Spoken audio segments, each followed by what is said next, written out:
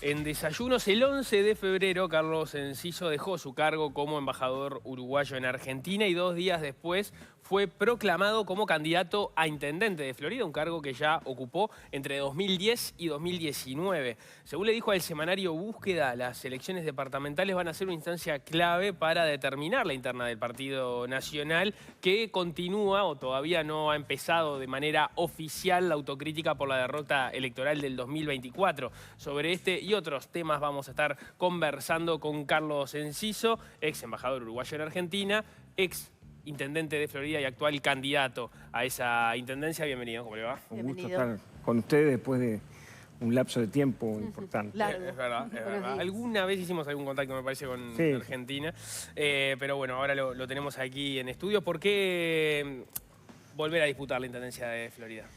Bueno, es bastante natural en cuanto a que nosotros vocacionalmente somos hombres políticos, estamos arraigados al departamento. Tuvimos el honor de representar al país a través de la designación del presidente Lacalle, que fue una gestión intensa, compleja al inicio con la pandemia mediante, pero ya volviendo un poco a la actividad partidaria que me tenía vedada y a la actividad de la función pública si soy electo. Así que obviamente el escenario está bastante en reacomodo, si vale el término. Podemos decir de todas formas, políticamente usted no estuvo como intendente, pero sí su sector estaba como al frente de la intendencia de Florida. Usted fue intendente entre 2010 y 2019. En la elección de 2020 asumió Guillermo López, que era director de obras, si no me equivoco, en su gestión, pero que pertenecía a su sector y ahora no fue por la reelección porque usted volvía. Pertenece, ayer justo tuvimos una reunión con todo el equipo y y por supuesto son etapas y ciclos de todos nosotros. En una entrevista con el semanario Búsqueda, vos decías que si hubiera ganado la coalición, tu realidad política sería diferente. ¿Esto es porque te hubiera gustado quedarte como embajador en Argentina o por otro motivo? Obviamente ese escenario podía estar presente. También es cierto que, digamos, la realidad electoral, el Frente creció en el área metropolitana. Yo creo que hay un tema de análisis demográfico, sociológico y demográfico para hacer, pero Florida no está ausente a esa permeabilidad de extensión de esa lógica metropolitana y evidentemente al perder la coalición, el foco de las intendencias que podían estar relativamente con un poco más de disputa, también está la nuestra, o la del departamento nuestro. Y eso llevó a que mucha gente, en el escenario de que yo ya no iba a tener ninguna funcionalidad nacional, volviera a Florida para pelear con fundamento la intendencia. Y creo que eso es parte de una lógica que se dio así y creo que es honesto decirlo, ¿no? Y en esto que planteas del crecimiento del Frente Amplio hacia el área metropolitana y quizás también hasta Florida, ¿cómo ves la competencia electoral que vas a tener con el Frente Amplio? También contigo, en el Partido Nacional tenés competencia, pero con el Frente Amplio, ¿la ves difícil? ¿O la ves peleada por lo menos? A ver, a diferencia del Partido Nacional en el interior, que muchas veces vale y se centra en el candidato o en los candidatos del partido y en la gestión que venían haciendo, el Frente Amplio muchas veces en lo departamental depende de las figuras nacionales y de la influencia de lo nacional. Y eso es indudable con el triunfo de Orsi, que existe. También es cierto que los candidatos, con el respeto que me merecen, los vi el otro día en el carnaval, a uno de ellos, tengo buena relación de siempre, no son novedad. En lo personal ya le ganamos a los candidatos que hoy comparecen por el Frente Amplio. Entonces, creo que es un escenario respetuoso, competitivo. Yo nunca subestimé a nadie en ninguna elección, pero creo que nos tenemos fe y confianza para tener una buena performance con el otro compañero del partido que, con sus diferencias y matices, que es el alcalde de Sarandí Grande, también va a hacer su juego y su actividad de captar votos de fuera del partido también, ¿no? Que es la idea. Y con este análisis más a nivel nacional, tú como hombre del interior, ¿qué te parece que le pasó al electorado del interior que migró de la coalición republicana hacia el Frente Amplio? Sí, yo creo que amerita un análisis que después estimo que es buena la decisión del partido de trasladar para después de las municipales, porque el ciclo electoral, la raya se pasa después del 11 de mayo. Y ahí habrá que tener los ámbitos necesarios de evaluar, pero no con ánimo destructivo, sino de construir sobre la autocrítica. Y creo que parte de eso es, a tu pregunta, que en algún aspecto me da la impresión que hubo análisis de algunos temas de gobierno, análisis vinculado al comando o a la gestión de la campaña y a las virtudes que tuvo el Frente Amplio en algunos manejos, como por ejemplo la tecnología en todo el tema de Big Data, de análisis del mensaje, de redes, de asesoramiento externo, que lo hubo, y que me da la impresión, por ahí nosotros quedamos un poco limitados en eso. O sea, Y después, usted suscribe por lo menos como uno de los factores a que se comunicó mal. se comunicó, pero a veces no es solo la comunicación, sino el análisis de la realidad y el análisis de los datos y la segmentación del mensaje. Y bueno, ¿Y el emisor del mensaje? ¿Fue un problema? y siempre es diverso. Y Porque hablamos del contenido, hablamos de los canales, pero había alguien que era el candidato, al final de cuentas, ¿no? sí, yo creo que, a ver,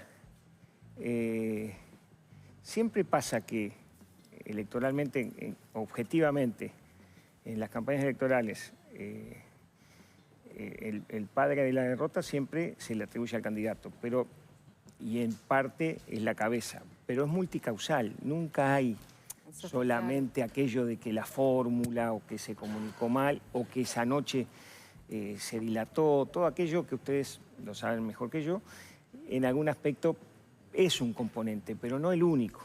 Y creo que el partido, y tampoco quiero abundar mucho más porque es el ámbito que correspondería, tendría que charlar estos temas coloquialmente para tener la superación de no cometer los mismos errores. Hay una discusión que surge justamente de esto y que la plantea el senador Pedro Bordaberry, que le puso como un plazo al Partido Nacional para que apoye la decisión de ir como coalición en todos los departamentos en las elecciones municipales de 2030, si es que ahora quieren el apoyo del Partido Colorado en los departamentos donde no hay coalición. ¿Cuál es tu visión sobre este tema? No lo había, recién me entero, no estuve siguiendo este tema, bueno, estoy más con lo local estos días aterrizando, pero a ver, yo creo que está bien, es un análisis de afuera hacia adentro o del interior hacia lo nacional o de lo departamental hacia lo nacional. Yo creo que también hay una previa que es nuestro partido ya está decidido y ya va a haber una definición en mediano plazo, digamos, el año que viene, máximo,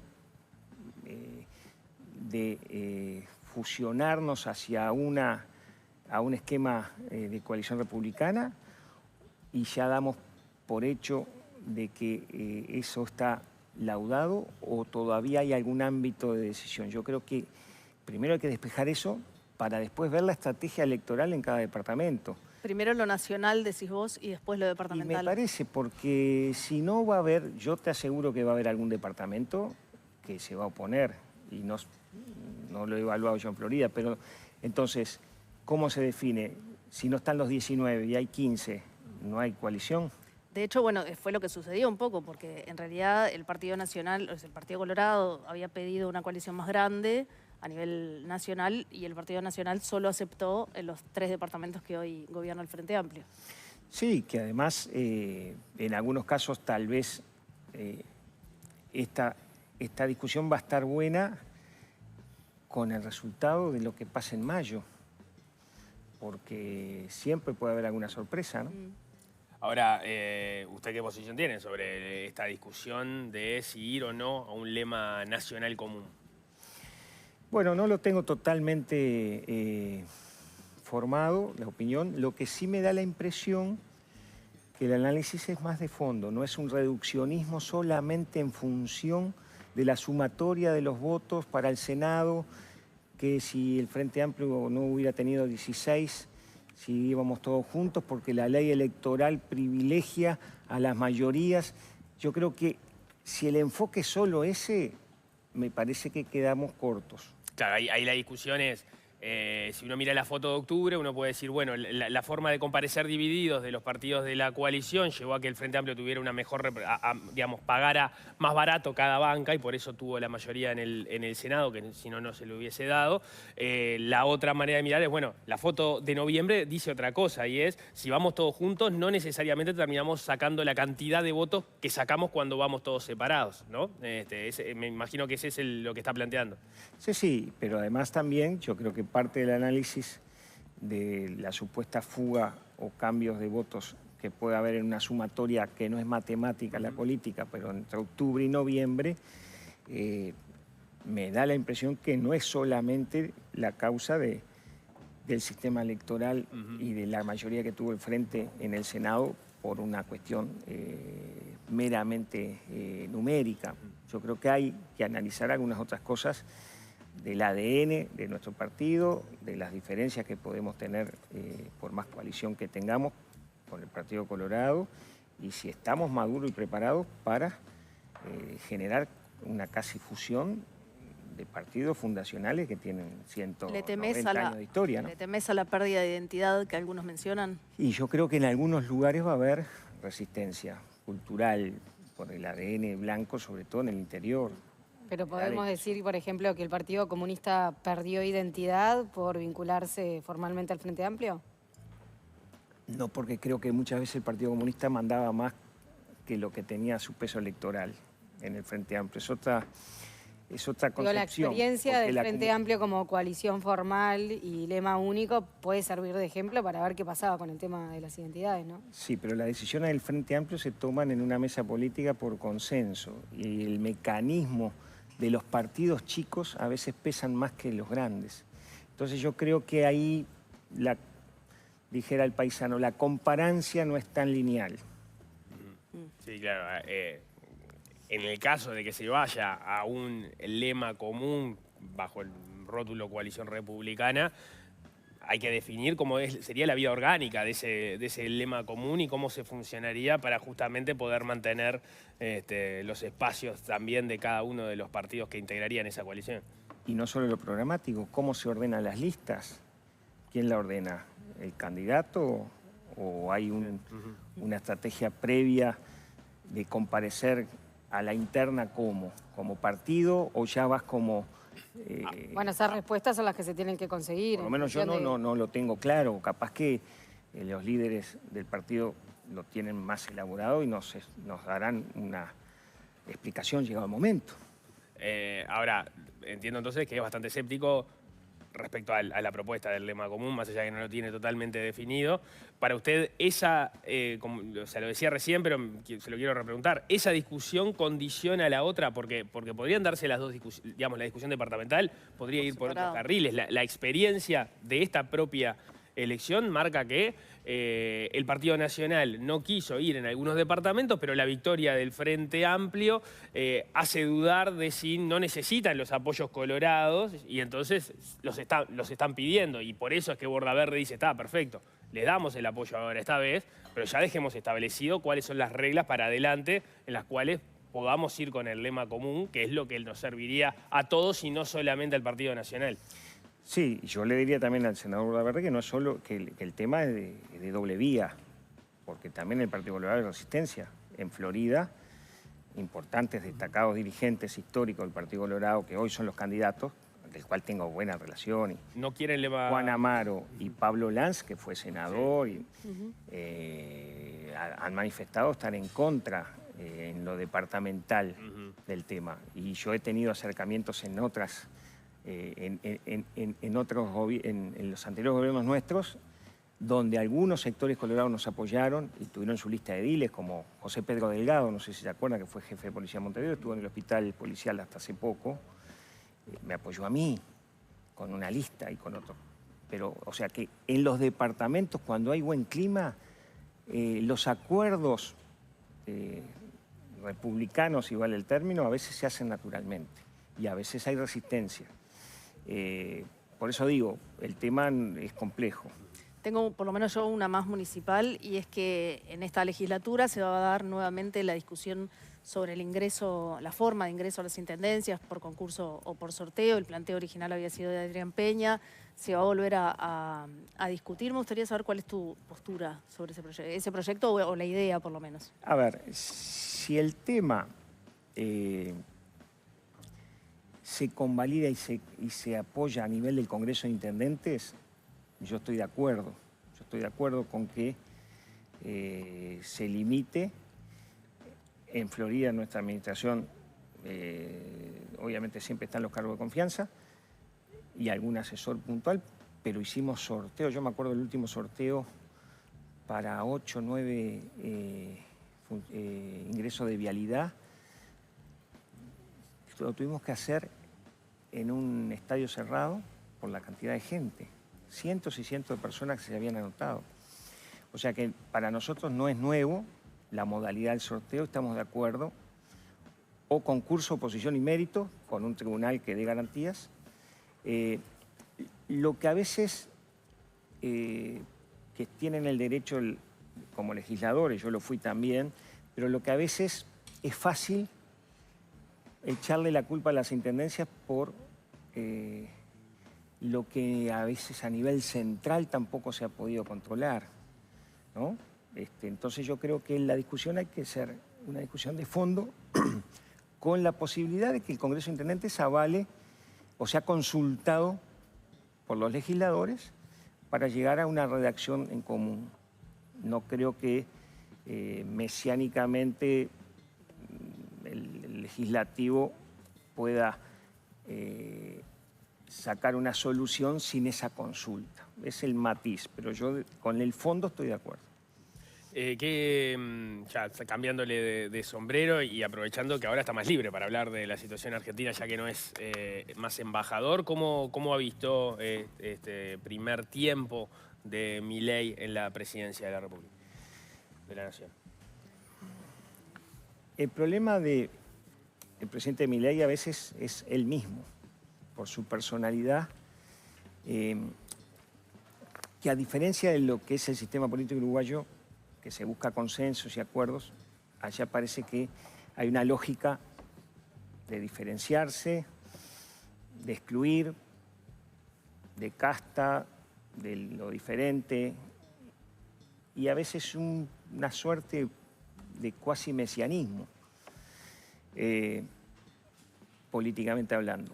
En lo económico está claro que, y por ahí tiene cierto apoyo obviamente importante, se niveló la economía en cuanto al déficit, se mejoró las arcas del Banco Central en las reservas, y en lo macro hay sectores que hoy están empezando a caminar. Yo estuve hace un mes y medio antes de venir para acá en Vaca Muerta, por segunda vez, y es imponente ver ese polo de expansión de 1000 y pico de pozos petroleros de petróleo que hoy están abiertos, del todo el tema del gas que se viene y el tema energético que ojalá pase por Uruguay cuando se conecte con Brasil, y hay algunas tratativas que se hizo al respecto. Entonces, Argentina es un país rico. El problema es que a veces hacen lo posible para no administrarlo bien, pero en la energía, en el litio en el norte, en el agronegocio, el sistema agroexportador, obviamente es un desafío que va a andar bien en ese aspecto, y eso permea también a la economía real y al propio gobierno por los impuestos. Hay otros sectores que están más complicados. Como te digo una cosa, te digo también que las pymes, el atraso cambiario por el tema del dólar, que lo tienen controlado, pero en algún aspecto complica para algunas operativas económicas, es una luz amarilla. Y obviamente el enfrentamiento, que te decía al inicio, a veces conspira contra un ambiente de desarrollo normal, porque hay como una tensión permanente con la oposición, y la oposición no es solo el kirchnerismo, es parte del radicalismo, es también algunos sectores del PRO. Entonces, la situación está compleja en ese aspecto, como siempre históricamente ha sido Argentina, ¿no? Igual ahora el talante es un poco más agresivo, si querés. Hace unos días, por ejemplo, al sector Unir por la Patria le decía Unir por la Plata, en fin, tiene un modo, Milei, de dirigirse a sus opositores que es bastante... Sí, y en la apertura del 1 de marzo, el episodio con Manes. Bueno, ni hablar. Que también acá sería imposible. Por si alguien no lo sabe, que fue agredido por un... Santiago Caputo. Sí, una persona que estaba con Santiago Caputo. El que interrumpió la entrevista. A Y después Milei. lo agarró en el pasillo, y también tuvieron ahí casi un forcejeo. Todo el vínculo con el periodismo, además, ¿no? Sí, el periodismo que no está muchas veces a favor de las medidas ya pasan a la categoría de ensobrados. Como que son No a favor, funcionales. cuestionando, simplemente cuestionando, digo, ni siquiera posicionándose. Sí. Por eso, el panorama, tal vez lo económico esté un poco más en lo macro tranquilo, pero en lo político hay bastante ruido. ¿Has tenido vínculo con el diálogo? Antes me lo crucé 2 o 3 veces, una vez con el propio presidente de la calle, en el aeropuerto, y después en alguna ocasión. ¿Te reuniste con la hermana? Estuve con la hermana, después hay una buena reunión, después de asumir, y el día de la asunción lo saludé con la comitiva, con el canciller, con Paganini, con el presidente de la calle, pero después no... él está además en una lógica mundial, ¿no? Pero cuando recién asumió, tú dijiste que era auspicioso para los vínculos con y ojo, Uruguay. en ese aspecto creo que fue positivo. Yo estuve con Mondino... Por lo menos mientras durara la administración Lacalle. Sí, yo estuve con Mondino más de una vez, después ahora cambió de canciller, obviamente Huerta, pero lo de los 14 metros, cielos abiertos, un ambiente mucho más coloquial entre las cancillerías, eso fue muy positivo. Veremos qué va a pasar ahora. Ojalá el que preside el Mercosur no avance en esto de, digamos, hay una falsa contradicción entre romper el Mercosur o quedar como está. Yo creo que el Mercosur seguimos diciendo que hay que mejorarlo, que se tiene que abrir, pero bueno, obviamente Milei ahora y Argentina estaría en una estrategia más de un acuerdo con Estados Unidos, lo que implicaría una diferencia importante ahora con nuestro actual gobierno y con Brasil fundamentalmente. Entonces ahí hay también un poco de incertidumbre qué va a pasar. ¿Qué sería lo más peligroso de que Argentina dejara el Mercosur? Y bueno, primero, automáticamente yo creo que cae el acuerdo que tanto se bregó con la Unión Europea para arrancar. ¿Cae si se va a Argentina? Y me da la impresión que, salvo que haya alguna negociación, pero ya no es Mercosur, ya desde el punto de vista del tratado formal, al caer un Estado miembro de los fundadores del tratado de Asunción, y además lo bilateral, qué va a pasar con los acuerdos que tenemos con aranceles, con la producción, con las exportaciones. Hay todo un tema complejo. En fin, espero que no se dé, pero estamos en un momento bisagra, ¿no? Y ojalá con la actual administración puedan tenderse puentes de aquí en más, porque es importante también para Uruguay la relación con Argentina siempre, ¿no? ¿Cómo está Florida en relación al impacto más directo que ha tenido sobre el caso de los fondos ganaderos, en particular de Conexión Ganadera, porque Vaso era de allí? Y bueno, y mal, porque todos los días uno se entera de algún caso de gente conocida, independientemente del impacto en lo general de la dimensión económica para un departamento donde principal figura de este fondo era de Florida, ¿no? Entonces eso evidentemente pega y mucho, ¿no? O sea que en algún aspecto uno caminando por Florida ve que la situación y la casuística es compleja, ¿no? Bien. Muy bien, Carlos Enciso, candidato a la Intendencia de Florida, ex embajador de Argentina. Muchísimas gracias por estos minutos. Gracias, Muchas gracias. y a las órdenes como siempre. Muy amable. Hacemos...